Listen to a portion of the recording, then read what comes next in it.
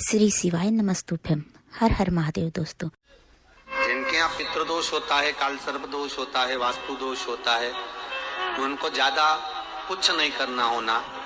महाराज, एक बेल का फल लीजिए, उसके अंदर का जो गुर्दा होता है, अंदर का जो भाग होता है, उसको निकाल लीजिए और उस बेल के फल में आटा सेक कर उसमें शक्कर मिलाकर उसको उसके अंदर भर लीजिए।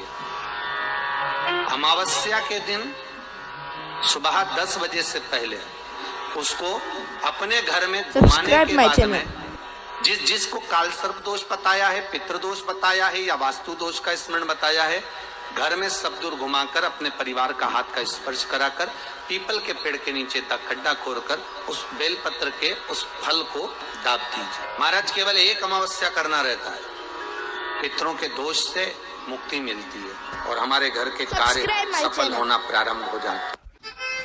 पुरुषोत्तम के मार्ग से तुलसी की लकड़ी पानी में घुमाकर, लकड़ी नहीं हो तो माला तो होगी ही, जल में भ्रमण कराकर, जल में घुमाकर तुलसी की लकड़ी को जल में डालकर स्नान जो करता है, मात्र घुमाना है, लकड़ी डालकर नहीं रखना है, घुमाकर अपने पूजन वाले स्थान पर रखना, या पानी में पहले से घुमा लो, उस पानी को ले जाकर डालकर अमावस्या स्नान जो जीव करता है। शिव महापुराण की कथा कहती है, जितनी वर्ष में सोमती पड़ती है, सोमती अमावस्याएं पड़ती हैं, शनिचरी अमावस्याएं पड़ती हैं, सारी अमावस्या का पुण्य उस जीव के खाते में चला जाता है। तो जिस बेटे ने जन्म लिया उसका नाम भानु कोपन हुआ। भानु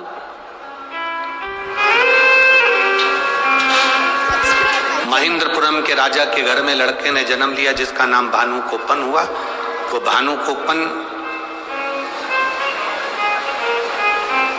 इतना तीव्र था क्योंकि शंकर और पार्वती का आराधना माता पिता ने करी थी, तीव्रता बहुत थी, पर बुद्धि में निंदा भरी हुई थी, इसलिए असुर प्रवृत्ति का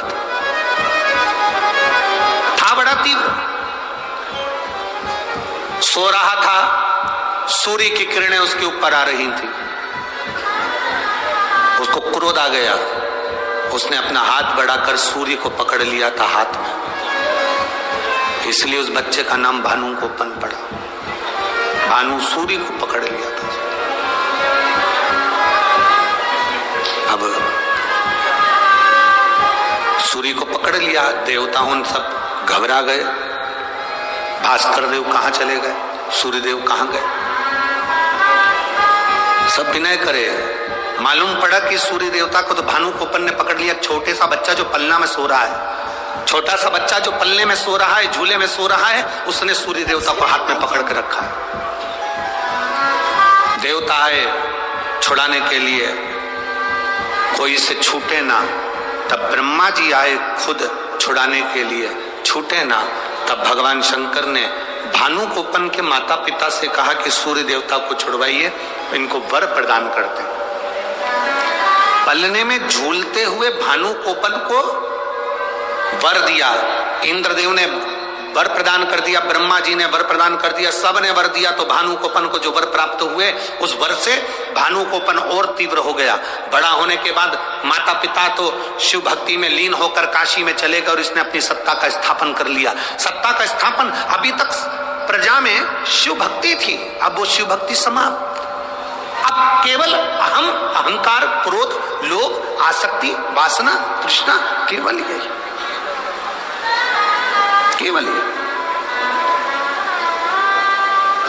ये मेरी जीजियों और मेरे जीजाओं, जितने लोग आस्था चैनल पर कथा सुन रहे हैं, जितने फेसबुक यूट्यूब पर कथा सुन रहे हैं, जितने इस पंडाल में कथा सुन रहे हैं, जितने पंडाल के बाहर कथा सुन रहे हैं, ध्यान लगाकर स्मरण करना, तुम्हारे घर में अगर भगवान का नाम जाप हो रहा है, तुम्हारे घर में रोज सुबह शाम दीप लग रहा है, तुम्हारे घर में रोज सुबह शाम अगरबत्ती लग रही है, तुम्हारे घर में रोज सुबह शाम सत्संग हो रहा है, तुम्हारे घर में रोज प्रतिदिन भगवान का भजन हो रहा है, चाहे नाम निकले, चाहे भजन हो, चाहे मुख से श्री शिवाय नमस्तुभ्यम निकले, चाहे जो नाम निकले, राम हो, कृष्ण हो, तुम्हारे मुख से जो भगवान का नाम निकले, अगर तुम्हारे घर में निकल रहा है तो समझ लेना अभी तक तुम्हारे घर में शुद्ध लक्ष्मी आ रही है, जिससे हमारे घर में भजन हो रहा है।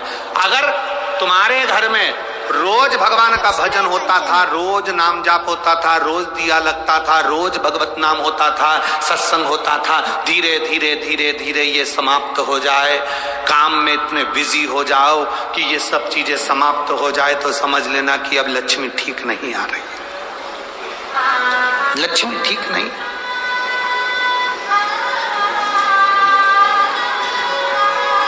एक विचार करिएगा, एक राजा के महल के पास में एक व्यक्ति रहता था, उसके पास में बहुत अच्छी कमाई होती थी। अच्छी कमाई होती थी तो उसने सोचा मैं करूं क्या, इतना सारा धन आता है मैं क्या करूं। उसने अपनी पत्नी से पूछा कि मैं इतना धन इकट्ठा हो रहा है, अगर मैं पैसा इकट्ठा करके रखूंगा तो चोर चुरा के ले जाएंगे, सोने की ईंट रखूंगा तो चोर ले जाएंगे, चांदी की ईंट रखूंगा तो चोर ले जाएंगे, अब मैं करूं तो करूं क्या। पत्नी बड़ी समझदार थी, ना जाने लोगों को क्या हो जाता है जो पत्नी को समझदार नहीं समझते।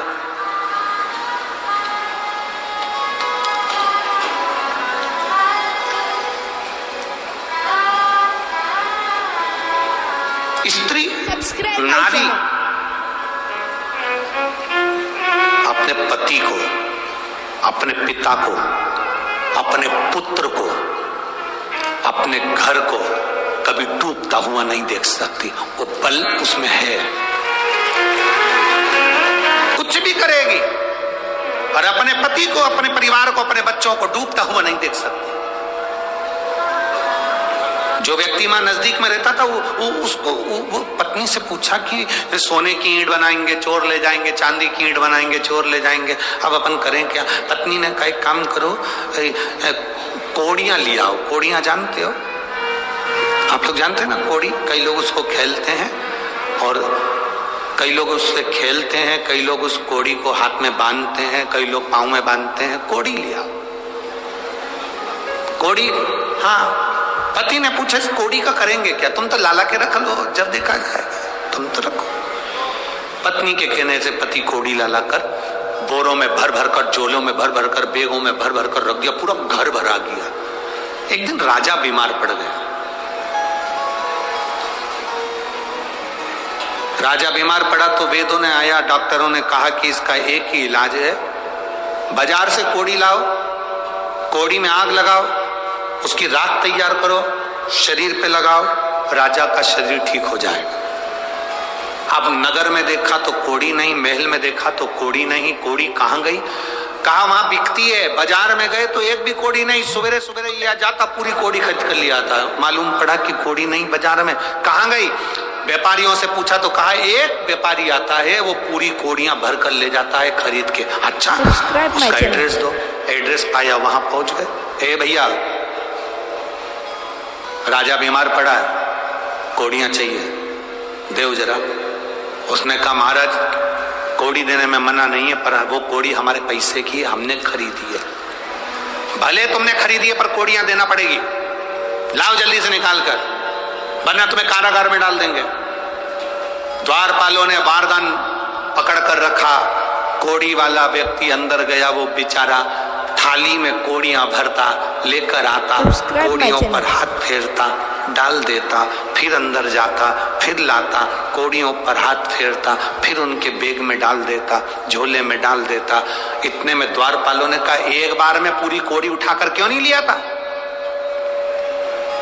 बार बार कोड़ी ला रहा है, हाथ फेर रहा है, डाल रहा है, क्या कर रहा है ये कोड़ियों पर हाथ क्यों फेर रहा है। उसने कहा भैया मैं कोड़ियों पर हाथ इसलिए फेर रहा हूं, इसमें से वो कोड़ी ढूंढ रहा हूं, ऐसी कौन सी कोड़ी आ गई जो मेरी इतनी सारी कोड़ियों को लेकर जा रही है, उस कोड़ी को ढूंढने का प्रयास कर रहा हूं। हमारे घर में भी एक कोड़ी कोई ऐसी आ जाती है, 1 रुपया कोई ऐसा आ जाता है कि हमारे घर के रखे हुए पूरे धन को ले जाता है।